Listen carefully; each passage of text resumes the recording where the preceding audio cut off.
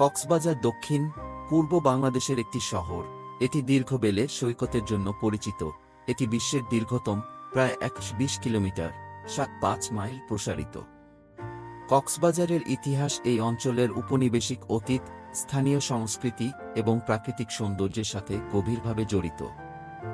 প্রাচীন এবং মধ্যযুগীয় সময়কাল যে অঞ্চলটি এখন কক্সবাজারে রয়েছে, তা বহু শতাব্দী ধরে বাস করা হয়েছে। এর প্রথম ইতিহাসটি এই অঞ্চলে বসবাসকারী আরাকানিজ, রাখাইন লোকদের সাথে সংযুক্ত রয়েছে।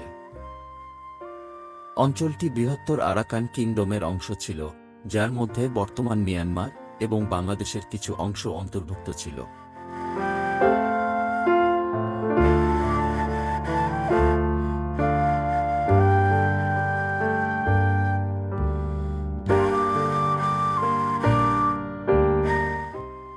এই অঞ্চলটি বৌদ্ধ সংস্কৃতি ও বাণিজ্যের কেন্দ্র ছিল, দক্ষিণ এশিয়াকে দক্ষিণ পূর্ব এশিয়ার সাথে সংযুক্ত করে।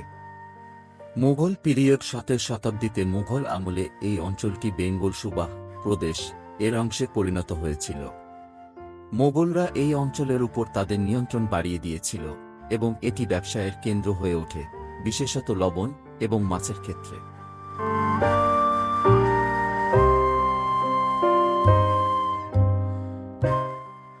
তবে এই অঞ্চলটি জলদস্যুরাও প্রায়শই ছিল, যার ফলে এই অঞ্চলটি সুরক্ষিত করার প্রচেষ্টা চালানো হয়েছিল।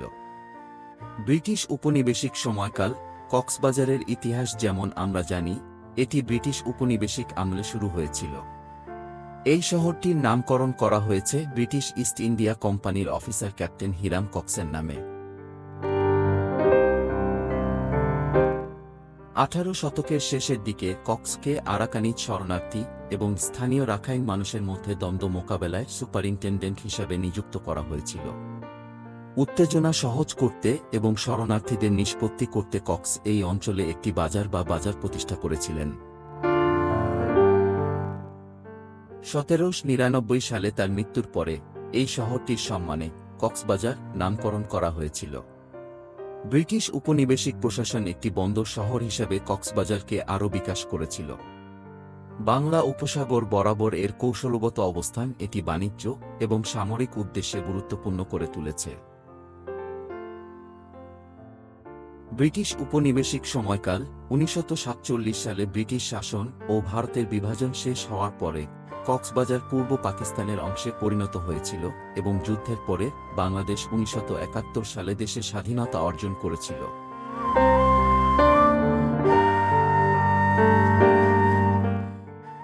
1971 সালে বাংলাদেশ মুক্তিযুদ্ধের সময় এই অঞ্চলটি উল্লেখযোগ্য ছিল।